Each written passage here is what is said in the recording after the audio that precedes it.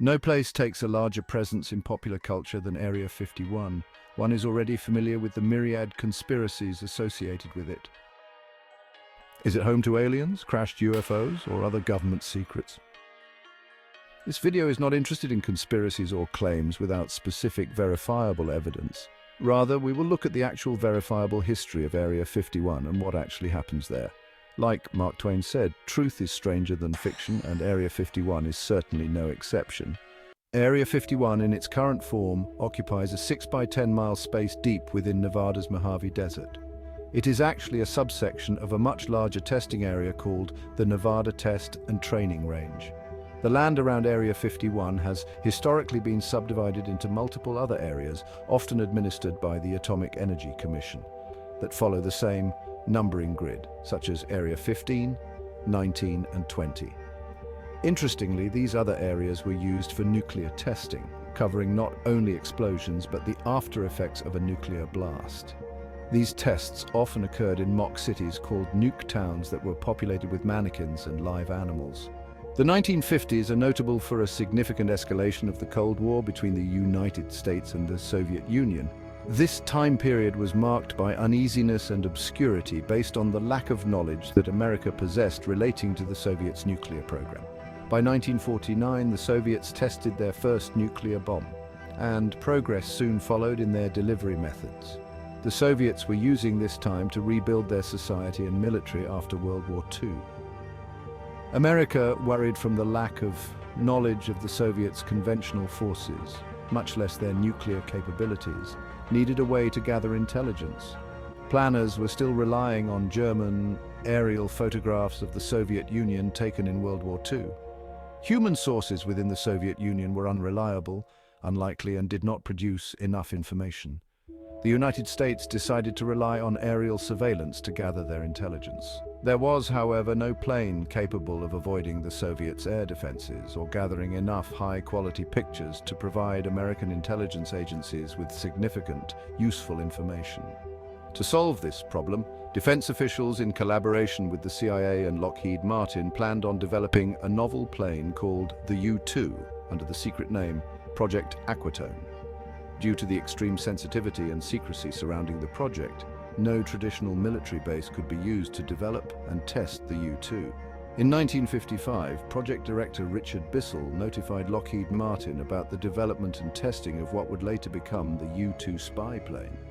Due to the extreme secrecy surrounding the program, existing Lockheed Martin facilities or military bases were not safe to use. The CIA intended that the U-2 would completely catch the Soviets by surprise. Kelly Johnson, leader of Lockheed Martin's infamous Skunk Works secret program, would be tasked with finding this location, far from civilization.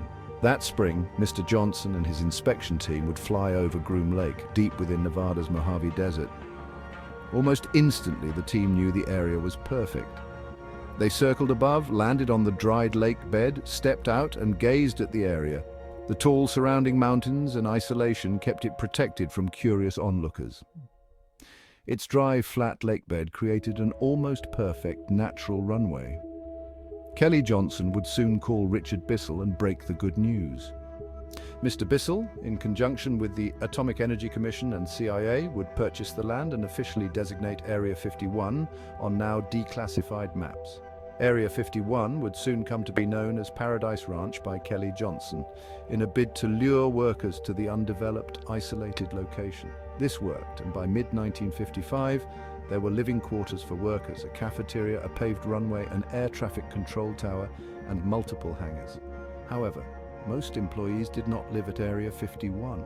Rather, they would fly on a military transport plane on a Monday, work through the week, and fly home on Friday. Although designed and manufactured at Lockheed facilities in Burbank, California, the U-2 would be test-flown and further refined at Area 51. Hence, the first U-2 spy plane would arrive disassembled on a cargo plane from Burbank, California on July 24, 1955. Lockheed technicians would quickly get to work putting the plane together. Initial test pilots were supposed to be non-citizens of America. This would provide plausible deniability in the event that a U-2 was crashed or shot down over the Soviet Union. However, due to a general lack of proficiency and significant language barriers, this rule was quickly reversed.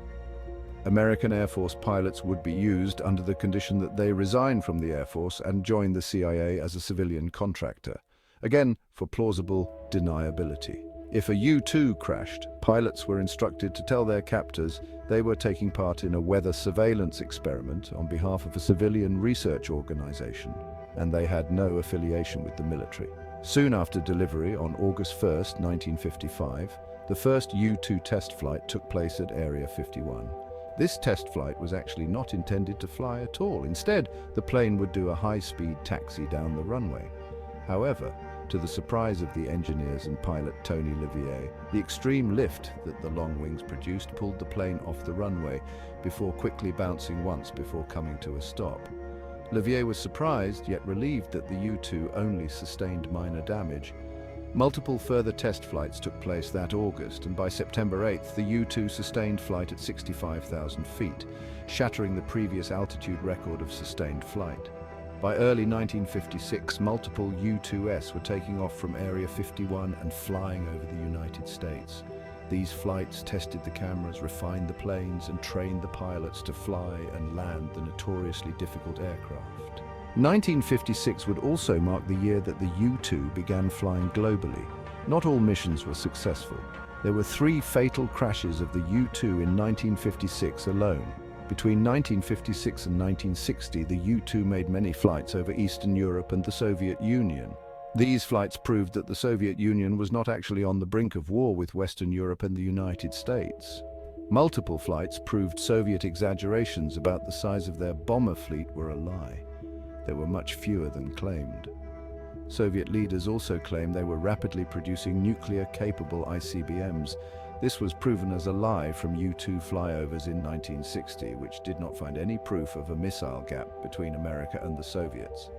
The two nations were relatively equal in capability and facing many of the same technical challenges. The U-2 would go on to distinguish itself globally as an intelligence-gathering workhorse that cooled tensions during the Cold War. The U-2 was not the only thing Area 51 developed and tested. In fact, it was just the start. The coming decades would produce technology still not matched today. Thanks for watching, and if you enjoyed the video, like and subscribe.